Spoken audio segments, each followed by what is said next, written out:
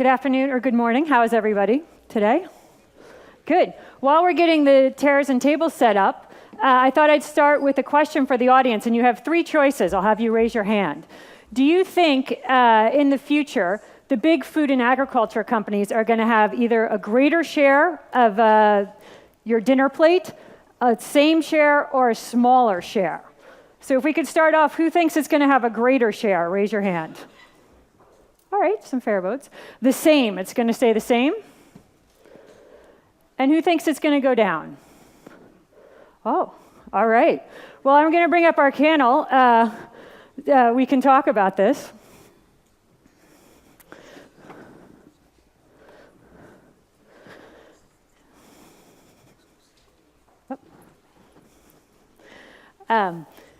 There's an ancient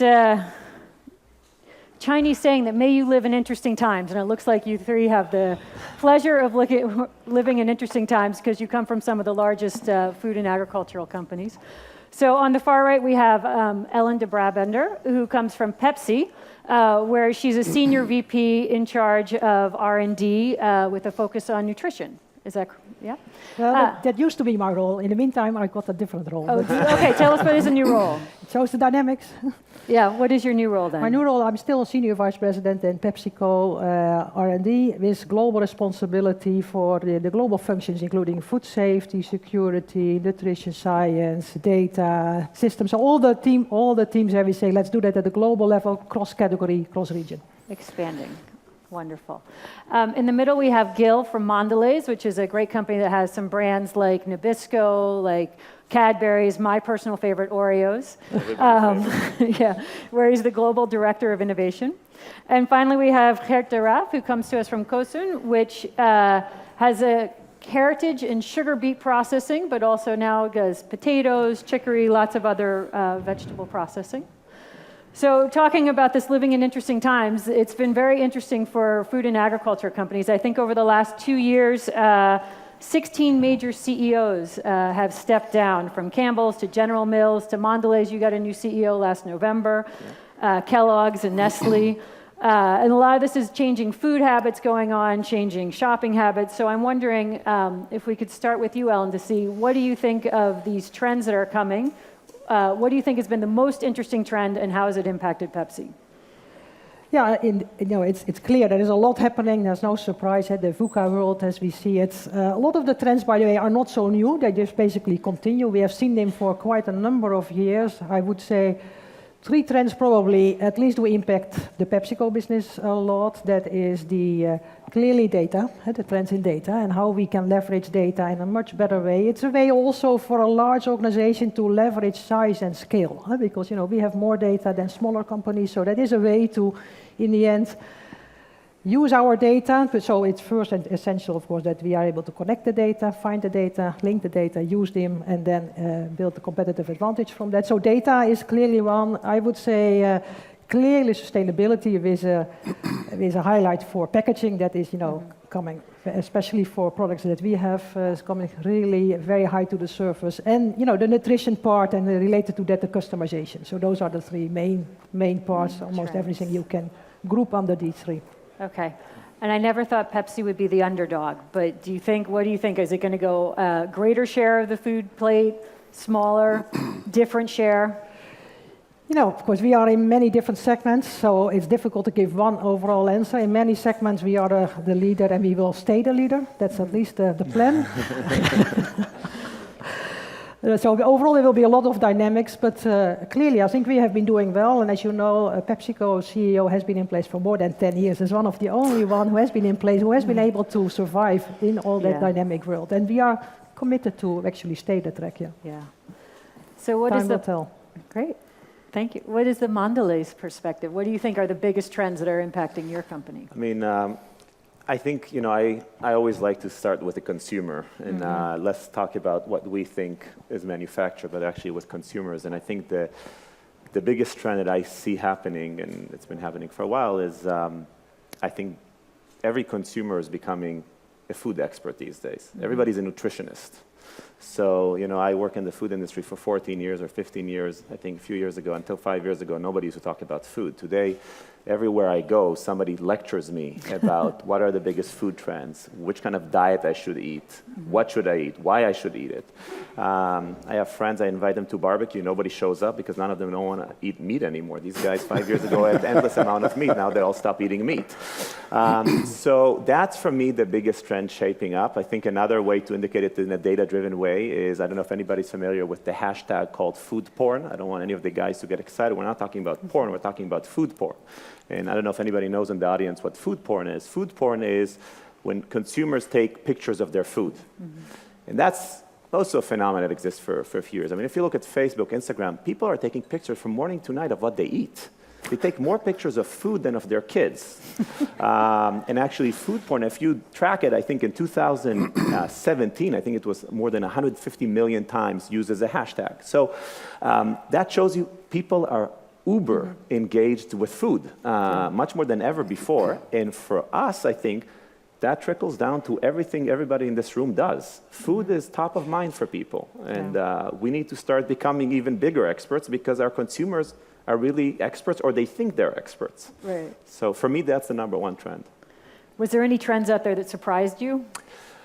I mean, I think, there's a lot of things that shows up in other segments. It starts coming to food. I mean, historically, food has been a bit behind in a lot of the things. So I think, like it was said before, and I would agree with it, I think, although we are data-driven organizations, we have used data for very specific things. Data was always in the Department of Market Research, and that's it. And today you start seeing large companies in the food industry start saying, how do we bring big data and kind of artificial intelligence into the whole food supply chain? Is it from manufacturing to R&D to better projecting what we're going to develop? So I think that's a big, and you know what? A lot of us, we don't even have the skill sets for that. We don't even have the right people. We don't have the right partnerships. And that requires a change. So I think that's another one. It has been very, I think, we just had a team meeting for the kind of top 200 people in Mondelez. I think we had it in February in London from around the world. And it was very interesting. I mean, I work in innovation, so I try to track what's happening around the world. But we had a guest speaker from Google teaching us what is artificial intelligence, because I would say probably 80% of our top leadership did not know what artificial intelligence is. Hopefully they know now. But so I think that's just showing we understand we need to catch up. As in, this is an industry thing. Yeah. Garrett, from your perspective, what were the biggest trends or a trend that surprised you?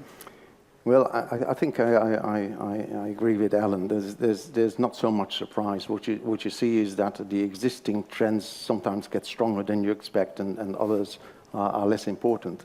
What is extremely important for us is the big data.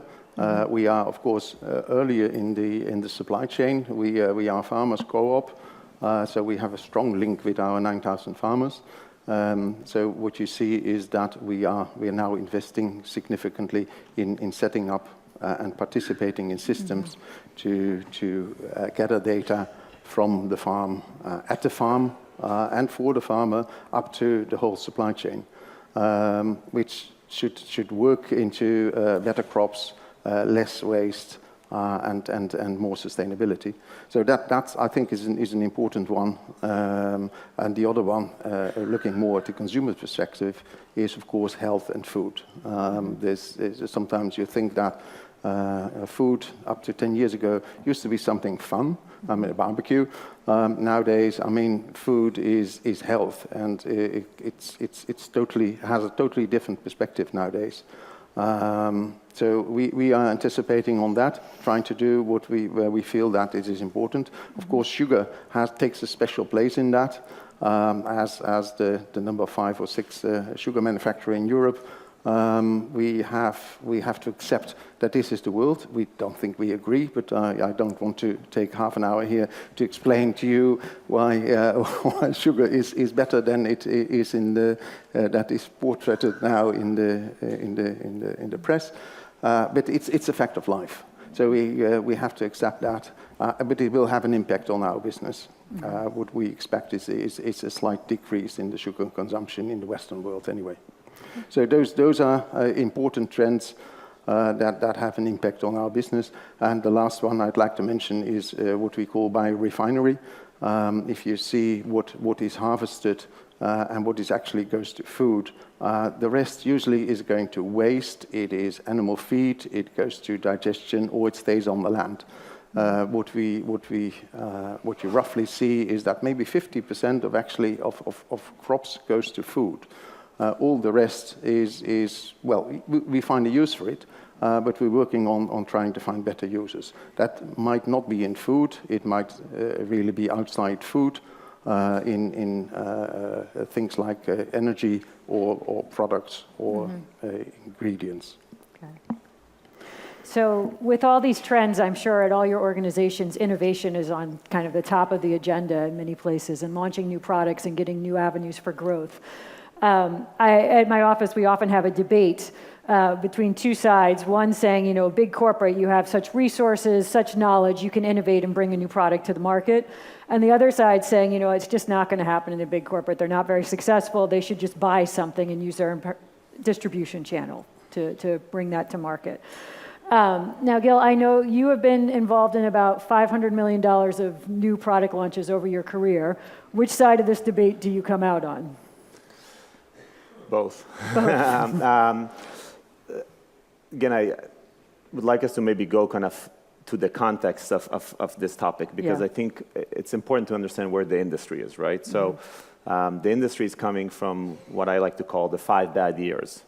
And I think the fact that we're even talking about innovation and growth is great, because if we would have this panel a year ago here, nobody would talk about innovation and growth.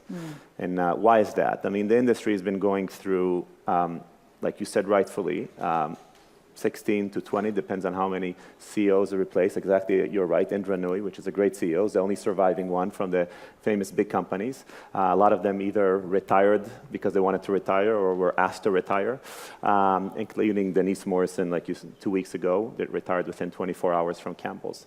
And it's not because these CEOs are not good CEOs.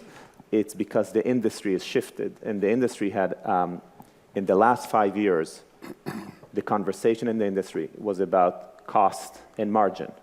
And there was also direct reasons why. A lot of them were around activist investors, specifically one group, very famous in the industry, 3G Capital. I don't know if anybody's from 3G Capital in the audience, but I'm going to say some bad things about them, so it's time to leave the room. But 3G Capital created a situation of a lot of acquisitions in the industry. With these acquisitions, it was all about margin, short-term, cutting growth, cutting innovation. They didn't buy so many companies, but they created a fear factor among the companies, because one of the big models of 3G Capital, in addition to the cost cutting, is you usually change the entire management within 24 hours. So if you're a CEO of a big company, the big ego, you don't want to be let go and your company being taken over. The best way to avoid the takeover is to cut all the costs to make you unattractive through 3G Capital. So that created a fear factor. Most companies went through that. We started that in 2014. Some companies came later. Nestle, we all hear the announcement last few days. They just started that process now, so they're a bit late to the game. Why am I giving that context? Because until the companies that finished that process and changed their CEOs and have done cost cutting so much, suddenly discovered after a few years, wow, this model doesn't work. Why doesn't it work? I mean, if you read all the newspaper articles in the industry, until 12 months ago, 3G Capital was considered to be the best model ever in the industry. Guess what? Their number one company in the industry is Kraft Heinz. That company is declining faster than everybody else. The model, it doesn't work. It works phenomenally well short-term, margin improvement. It kills the long-term. There's no growth. So now, after the 5 bad years, a lot of the companies that are done with it are starting waking up, like us, and saying, wow, we need to grow again. And now you see the wake up of the giants that are starting to wake up to growth. And they start these discussions. And this question about make versus buy is an ongoing one. And I think the perspective we have, which I agree with, is the following. I think you should make internally, if you should see what is your business objective, where you want to go, what is the segment you want to enter. If you can make that internally, and you have a high chance of success, go and do that. And usually it depends on brands. We have Oreo, for example. Oreo is a huge brand. Whatever you put on the market with Oreo is $100 million in 12 months. There's no reason not to do that. But Oreo has limitations. Oreo could never be a healthy cookie. By the way, even if we would make it healthier, consumers won't believe it. So if we want to go to a healthier segment in cookies, we can't do it with Oreo. And then start a discussion, would we start a new brand and a new business We're not that good in that. You're right. It takes forever. We need to wait. We don't have the patience. It's much better for us probably to buy somebody. That's why 2 weeks ago we bought a cookie company in the US called Tate's. It's very premium, very unique for $500 million because we exactly made that discussion. Can we create? We said maybe, and if yes, it would take us 8 years. The segment is flying. Let's go and buy somebody. So I think most of the big companies, I mean, Pepsi just bought over the weekend a company in kind of the fruit and veggie snacks. I believe they're looking at this the same way. If the objective is something you can do internally, go and do it, especially if you can leverage your brands. If not, go and buy. And I think we're going to see more and more acquisitions happening in the next 12 months. Yeah. Ellen, I think at Pepsi in 2014, almost 10% of your revenue came from new products. Yeah, of course, I recognize what you say, and I agree to a large extent. Still, a company like PepsiCo, we always try to grow, and it's fair to say that we have not been as successful as we wanted to be. So it's not that we are coming out of a phase that we say, let's only do the cost cutting. No, we always wanted to grow.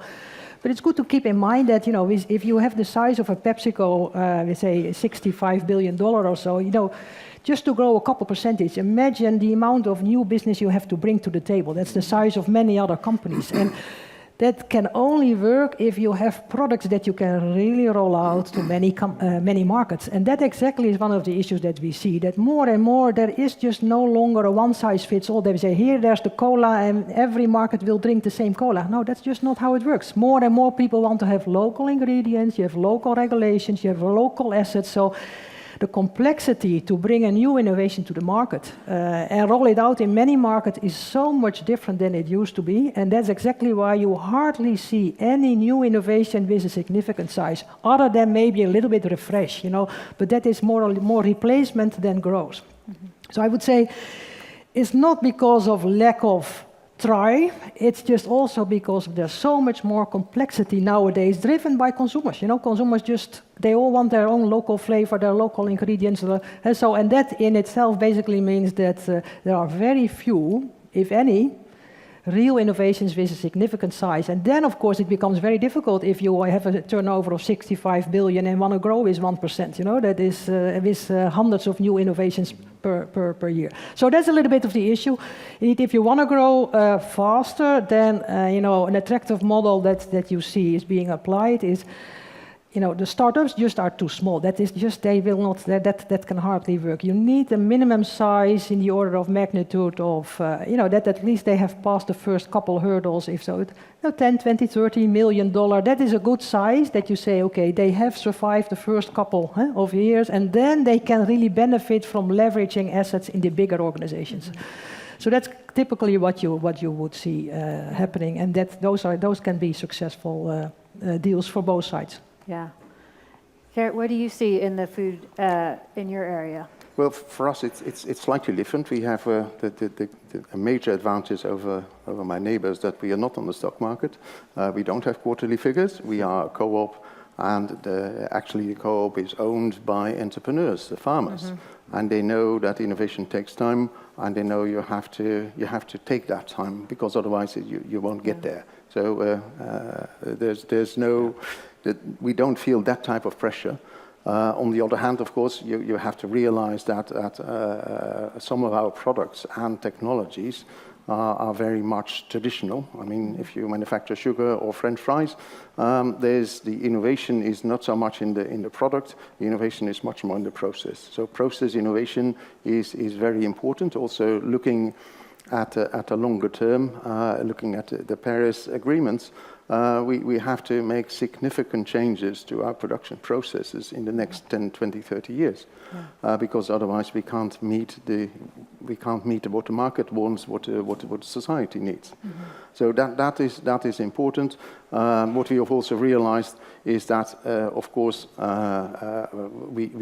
this is an open world, and that's the reason why we're here. We need to be much more in touch with startups, with people with new ideas, so it's going to be a combination of internal developments and external. That's also what we've been doing over the past few years. We've had collaborations with startups. We actually we have a current collaboration with startups where we see that we can benefit from each other. We want to intensify that process. Great. So I'm wondering if any of you could think back, I'm sure you've had an innovation that you tried, either if it's something you bought or something you did internally or a process innovation or anything, that some worked and scaled really well and some that did not scale. What do you see as the differences between those? Is there something about it like, oh, it's more disruptive, tends not to scale as well, or is there anything along those lines? I think that the space of well-being and health and wellness is growing phenomenally well. But actually, if you look at a lot of the brands that have succeeded, the huge success stories we hear in the States, Kind Bars, Chobani, a lot of case studies. If you follow their growth rate at the beginning, they start very small. They start as a seeding, or RX bar, or whatever that is. They start selling it in a gym. You have a few years until they scale up. Now, for us as a big company, for example, when we work on a global innovation, we have a target. It needs to be minimum $200 to $300 million within 3 years globally. So, we, for example, launched in the US a fantastic product in the health and wellness space called Vea. It's kind of like a snack, very healthy. I don't know if you've seen it, trying to compete with some of your products. Unfortunately, we didn't succeed too much, so maybe you didn't notice that. But, we launched Vea. It's a fantastic bundle. We launched it in the health and wellness alternative channels. So we wanted to act a bit like the little ones. But then we wake up after a few months and we say, wow, this is, after 12 months, the thing is only $10, $15 million. Now, exactly like the point you made, we're a $30 billion company. The algorithm is so big. We need to grow so much that if we don't hit within 2-3 years the kind of $200, $300 million mark in 3 years, it's not worth the company's effort, the investment. And the company then doesn't have that. Now, it might be that we reach year 4 or 5, but we don't have the patience a lot of times. So what I've seen is in the spaces that are not in our mainstream areas, again, giving the example of an Oreo or a Milka chocolate, that whatever you put out there, if it's a good product with good marketing, it's going to do well. Things that are in the periphery that are growing, but they're still they have a different growth projection and you're using different brands that are less known, you need to wait more. I know Pepsi had the same, I used to work in Pepsi in the past, it was the same debate always. And I think that's where we basically see the scale up takes very long. And a lot of times that's where we as big companies don't have patience, which is a shame. And that's where you need to maybe move sometimes to a different business model and put them in an incubation team and move them away from the day-to-day P&L, that the finance guys can't look at them and let it run for a while until it grows. Right. Gil, what do you see? What makes things successful when you try doing innovations? And what makes them not successful? To be honest, I'm still struggling with that. Okay. Of course, we see things that go much slower than we hope. Actually, everything goes slower than you hope. You always seem to balance between what you hope and what you think is realistic. But most of them go slower. And I still find it extremely difficult to pick in an early stage what's gonna make it and what is not gonna make it. Of course, we are much more in the business-to-business market, and in that market, it also depends on exactly the added value that you can offer to my colleagues on the right. And even then, the time that they need to develop innovations based on new ingredients is extremely long, in my perspective anyway.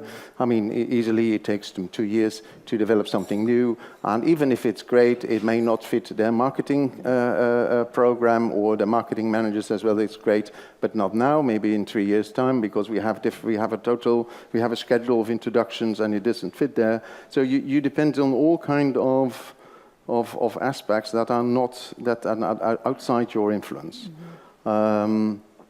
So basically what we try to do is to estimate as early as possible what the reaction of the market is, as everybody does, and try to translate that into the type of risk you be prepared to take.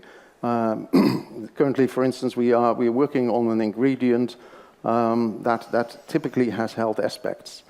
And it can improve, let's say, the glycemic index and the energy duration of availability in the gut. Very interesting. What you see is that customers say, well, that's great. But as long as we don't make the next step ourselves and actually invest in a demonstration unit where we actually produce the stuff, no one's going to move. And that's the type of risk we have to be prepared to take, and we're probably going to do that, and then hope that it works. But it's the type of risk that you have to take, and I'm sure these guys have the same issues all the time. Yeah. Ellen, what do you see? What helps something scale within Pepsi? Yeah, maybe a couple comments. So in the past, we had a relatively simple but very successful model, where we say, we have the triangle of advantage, as we would call it. So we say, okay, let's make sure we have strong brands. Let's make sure we have strong distribution. And then, okay, we would like to have advantage products. But especially the first two, those were real strengths of the large organizations, like the real brands and the distribution model. So it was very difficult for new companies to be successful too, because they didn't have the distribution, they didn't have the brands. Nowadays, as we know, those strengths actually are much more vulnerable than they used to be. So the importance of a product, an advantage product, is much more relevant now than it used to be. In the past, it was really good enough to come with small innovations, small packaging, small flavor, and then leverage brand, leverage distribution, and roll it out in many countries. And for a number of decades, that was very successful, but no more. I actually used to work in the pharma industry, and there that was always the case where, product actually, even the value of the pipeline, it basically defines the value of the company. So the product really, the value of the innovation pipeline is so important for the valuation of the company, and the product really can make or break. That was never the case in the food and beverage industry. You see it's moving more towards there because there is less advantage indeed in distribution and less advantage in market. It's still there, but it's less than it used to be. So then focusing on product, of course, then we learned our lesson as well. We used to focus just on taste. Taste was king, as we always said. Taste, food safety, quality, legal, make it available every day, everywhere. Those are 5 requirements, and then affordable. So 6 requirements. That was already, quite something to hit that every day. We see that is no longer good enough. That even for those current 6 compliance, the bar is getting higher. Compliance requirements are getting higher. Food safety requirements are going up, as we all know about FISMA in the US. But apart from those 6, we see additional coming in. So there is much more request for nutrition. Less sugar, less fat, less salt, more positive nutrition. So that's what we need to address. Much more request about sustainability. What about your packaging? Much more request about ethical ways of working and authenticity. Is this organic? Is this not? So there are just coming additional requests related to the product. On the other hand, it also does give opportunity to come up with advantaged products somewhere versus others. But it's good to realize it's difficult to hit 10 times the threshold here. And so sometimes you have to, especially, there's that cost element, because meeting all of those requirements, does trigger additional cost and complexity. Yeah. So somewhere something needs to give. So do we have any entrepreneurs in the audience? Can you raise your hand? People in the large company who are trying to launch a product? More entrepreneurs. So a couple of entrepreneurs. Do you have any entrepreneurs? Can you raise your hand? All right. For the entrepreneurs in the audience, I'm sure you get lots of pitches from startups saying, hey, here's my new product. Do you want to try my new products? Do you have any words of wisdom or advice for them of what, from your perspective, you need before you'll work with a startup or a small company? Well, there's one thing they can't do anything about, but in my experience, 80% is the people. Mm-hmm. I mean, if the idea could be just as great, and they could be at a certain level where we feel that we would be comfortable with, it fit our strategy. But if there's no match with the people, and you feel, well, I'm not sure whether these guys are going to pull it off, then that's the key issue. So when you meet them, you're always evaluating, can these people deliver? Yeah. Well, do you feel comfortable that they're actually going to do it? Yeah. How about from the Pepsi perspective? Yeah, we are trying to really reach out and connect, of course, with many entrepreneurs, and really in different ways, in different phases. Here in Europe, we have also our greenhouse accelerator. You probably have heard about it. So we started that last year. That was actually very successful. So it's being done this year again, where indeed, entrepreneurs with a good idea, they can reach out to PepsiCo, and then we provide our resources to help them grow faster, depending on what they need, what type of resources, what type of information. So no, we have different ways to reach out. We of course are also part of EIT Foods, a leading player where also there we have different programs to help entrepreneurs grow their business. And especially if the idea and the business is in a field that is relevant for us, there's a lot of willingness to share our resources and help you grow, help you being successful. And, it's maybe at some point in time we can partner even more. So when you get a pitch from a startup, is there something that's like red flag, we're not going to go forward, or is there something that makes you say yes? I would say sustainability, if that's not there, then it is no. Okay. That is absolutely clear. Yep. Yeah. I think, from our end, I think, first of all, I think there's a lot of startups out there and very good startups. So I think actually, first of all, it requires us as big companies to shift the way we look at it. In the past, we all of us used to kind of do a favor to startups. We talk with them. I think we need to shift that today. Mm-hmm. Today, they're doing us a favor talking with us. And we need to start explaining startups, and I think that's on the industry at all, like, we need to start pitching to them. Why should you come to work with me and not with my great colleague here from Pepsi? What can I offer better than Pepsi? And I think that's the shift that we need to start doing. I think we're starting these discussions exactly trying to explain that in our organization, that mind shift. I think that can go a long way, and I think it can help, first of all, the companies get better startups coming to them, and I think it can make it a more equal discussion. So I think that's number one. I think the second point on the startups end, I think for me it's a very simple thing. I think startups need to do research on the company and see if what they have to offer fulfills a pain point for that company. Mm-hmm. We all have pain points. We all have a lot of similar pain points. You mentioned sustainability, we have others, but then every company has its specifics. We're the biggest chocolate company in the world. Cocoa, there's a lot of issues with cocoa around the world. Commodity cost, cocoa tree, is there going to be enough cocoa in the world? So I think that's a specific problem for Mondelez or maybe the other two chocolate companies in the world. That won't be a problem for PepsiCo, for example. So I think startups need to do that research. I think what turns us off a lot of times is when a startup takes a bit of a spray and pray approach of pretty much reaching out to every big company they know, and actually they discover, they pitched to me something about beverages, and they actually figure out we don't have a beverage. So I think that's the kind of research at the startup. I would expect a startup to a founder to do that research. But I would say if they can come to us with a proposition, if they've done their research to a real pain point, I think they're going to have a red carpet. I mean, we have big pain points, and if somebody comes with that, I think we'll be very open to talk with them. So what was the most creative, best startup pitch you saw? What did they do to make them stand out? Can you think of any? Good question. I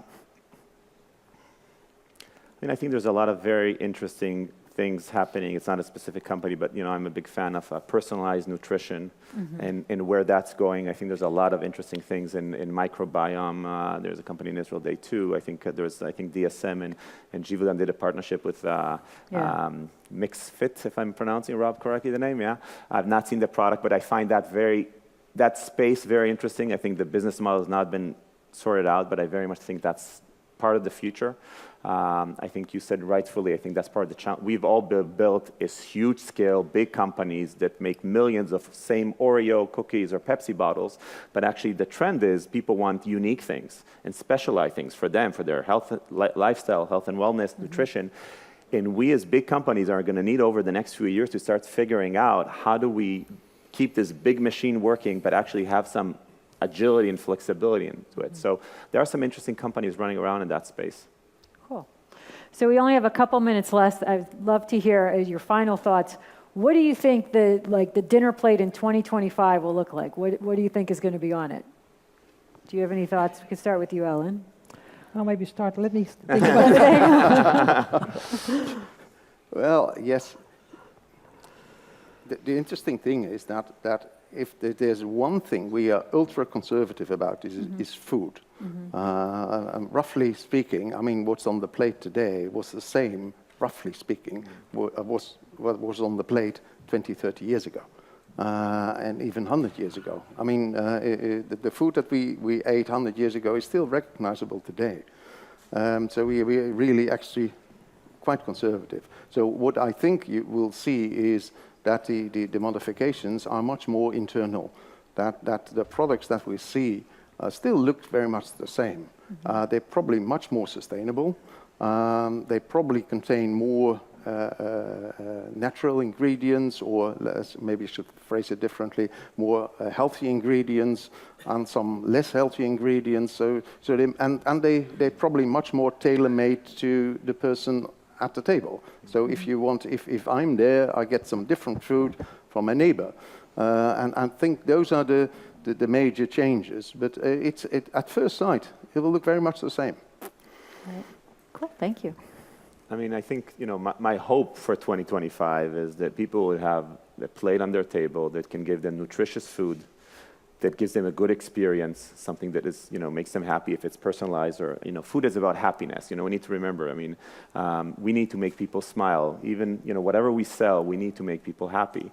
And I think my hope is it will be something that is affordable, that we can get to as many people in the world, they can experience that. And I think that's part of the, part of the big task of everybody in the room to make that happen.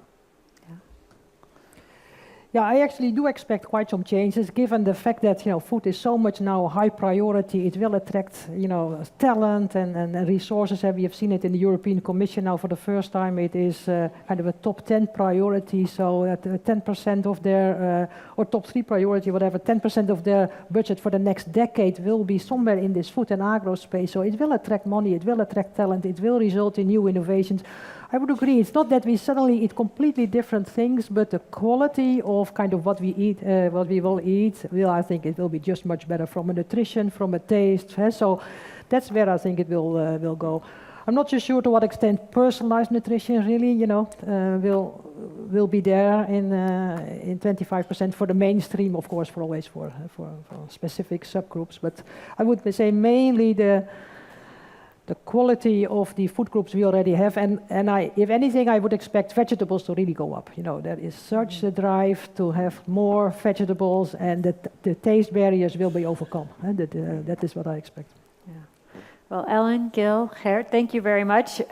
They live in very interesting times in the food industry, so we look forward to a wonderful plate in 2025.